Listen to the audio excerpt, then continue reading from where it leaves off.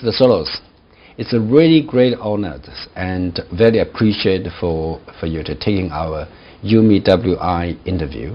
Yumi WI is actually wanted to develop a platform for young people to come together to actually search informations, listen to wisdoms, talking, exchange views, and develop their capabilities.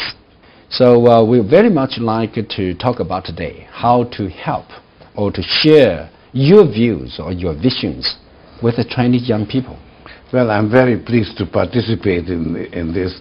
Nowadays, there are so many Chinese spend a lot of time on stocks and fund. They try to invest. You know, you are being so successful as financial investors. So what do you suggest them to do? If they are successful, they should continue, and if they lose money, they should stop. It's interesting, but some studies show that there are many people who continue gambling in the stock market even though they always lose money. If investing becomes a gambling habit, they should stop it. That's not very good. If you really stuck in a particular line, you should be ready to switch. And when I was a young man, I had several false starts in life. And when I got very frustrated, I made a big change. And eventually, I found the way to get ahead. So when I succeeded, kept on going. If I failed, then I changed course. But to test your ideas against reality is a very good thing. Right. Well, the young people encounter a lot of challenges. They have a lot of thinking, they have a lot of dreams in their mind, and they want to be successful. Everyone would like to try the best. Do you think there's any short way to be successful? You know, some people are successful sooner than others. I can only speak from personal experience. When I was young, you know, I was thinking very hard, and I had a lot of passion and interest in wanting to achieve great things. And I couldn't translate that into practice. And that was very frustrating. And it took me a very long time actually to succeed. But now that I'm really now an old man, you know, I'm nearly 80 years old, I have actually just more or less recently fulfilled the dreams that I had when I was an adolescent. And that is a source of great satisfaction to me. But it took a very long time to achieve it. The problem I had as a young man is that I didn't connect with the world. I didn't have entry into the world. The world almost was like a closed door, and I was knocking on the door, but I didn't find the key to open it. And that, finding the key, that is what takes a lot of time, and of course the more experienced you become, the more easy it becomes to open other doors. Right. Now, when facing this kind of uncertainty, as you said, it's critical to find the right key in order to open the door. But the problem is where you're going to find the key. This is a lot of uncertainty facing. So what can you suggest to Chinese young people when they are making their prediction for their life, for their, for example, job, opportunities, the business is doing, their life changes? There isn't a single way. You see, different people have different abilities, different interests. There was an ancient Greek philosopher who said, know yourself. And that's very good advice. It's not enough to understand the world, you also have to understand yourself. And that's the way forward. Well, recently in China, Chinese publish your recent lectures in Budapest. Yes. Basically, I sum up my view of the world, and of course I particularly talk about the financial markets because that's where I have the most experience. And the main point is that our understanding of the world in which we live is inherently imperfect, because the people who actually are participating in the world change the world by their thinking. And that is what creates the uncertainty that you have to cope with. It's like a game that you play, the rules of which are to some extent changed by the way you play the game. So it's a very complicated game. Many people call you an investor's profit strategist. Mm-hmm. You are able to make very well ahead of time projections. How are you able to do that? Well, you know, my prediction of the future is not usually accurate, but I do try to anticipate, and I'm also ready to correct my expectations when reality doesn't fulfill my expectations. So I think it's important to realize that our understanding of reality is always imperfect and inadequate. It can be improved, but it can never be perfect. So that way you don't lose your way.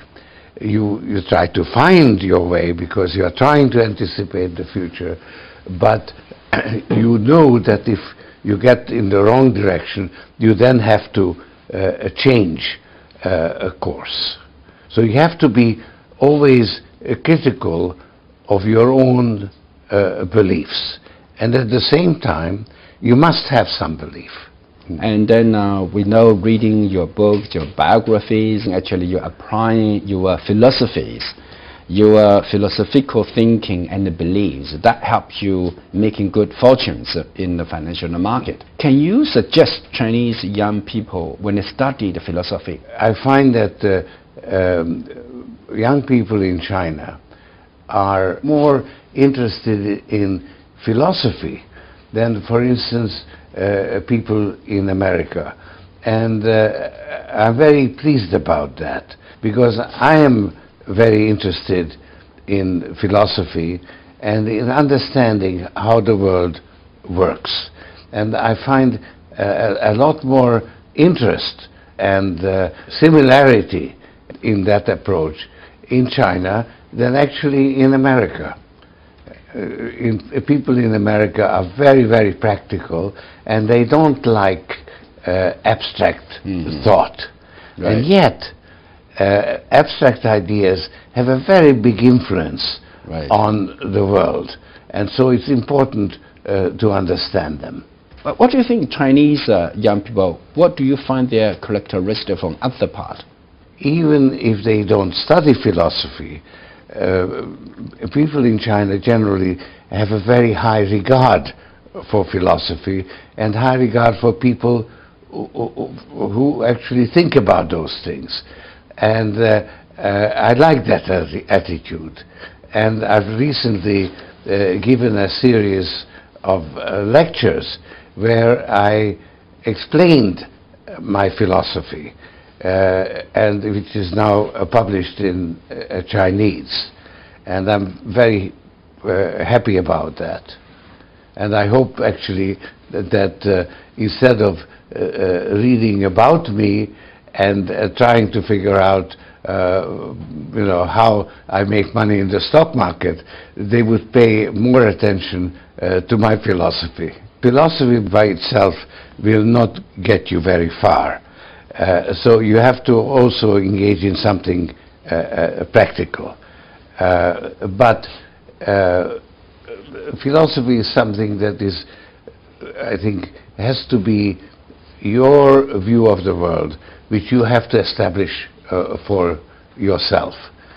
I'm not a philosopher, but I have done a lot of thinking. And that's what I consider philosophy, trying to understand the world in which you live. I think in many ways Chinese students are very well situated because they are not sort of brought up with the prevailing theories in the West. So they have a more open mind. And actually, I find that they can understand or relate to my interpretation of financial markets better than, say, students who have been learning economics in American universities. In the last 25 years, both economics as a theory and financial markets as in practice, in reality, have developed in the wrong direction, which have led to the financial crisis that the world has just suffered through. And then economic theory went into a world of its own because they tried to eliminate uncertainty and have a firm prediction of the future, similar to how you can predict the movement of the stars. So they tried to imitate the kind of predictions that, let's say, physics can give you. And that was a false track. They wanted to reduce everything to mathematical certainty. And there are uncertainties that can't be quantified. So they became very good in mathematical calculations, but they forgot about reality. Right. So in that respect, I think the Chinese financial system is behind the Western in its development. But because it's behind, it's actually ahead, because it hasn't fully developed in the wrong direction. Okay, based on your understanding and so many times visiting China and understanding Chinese economic development, China economy has been undergoing opening up policy and development. China now is becoming a so-called newly rising economic power star. So what do you think China is going to happen? Near term, the outlook is very good because China has emerged almost untouched by the financial crisis and is therefore in a very strong position. But longer term, the future of China depends on whether China accepts responsibility for dealing with the problems of the world. That the world, generally speaking, is in trouble. You've got global warming, you've got financial turmoil, you've got potential nuclear conflict and so on. Many, many big problems. And now China, which is emerging as a big power in the world, has to address these problems as well. China has many problems of its own, but now it has another problem. So success brings additional burdens, and that's hard to accept. But I think the future of China and the future of the world really depends on whether China accepts this responsibility or not. Mr. Soros, based on your successful life, a successful career, there are many also rich people in the world. So what do you think yourselves are different from other successful businessmen or investors?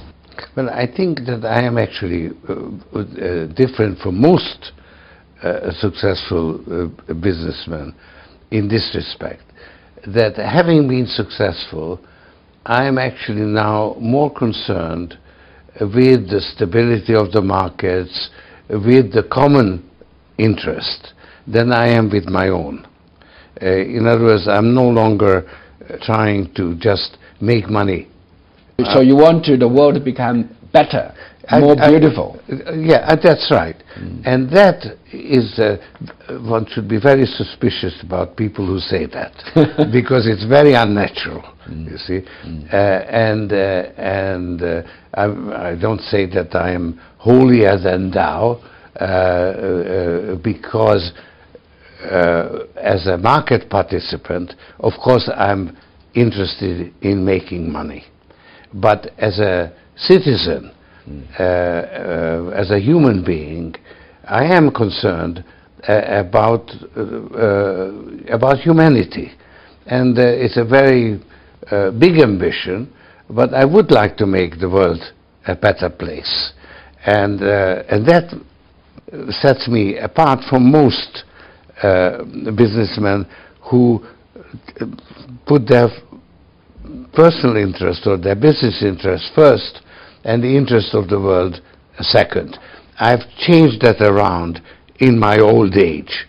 So that is what makes me different, and that is something very, very, I would say, unusual and also very suspicious, because most business or many businessmen, in order to further their own interests, they tell you that they are acting for the public interest. Okay, thank you so much. Pleasure. Good health. Thank you. Thanks. Good.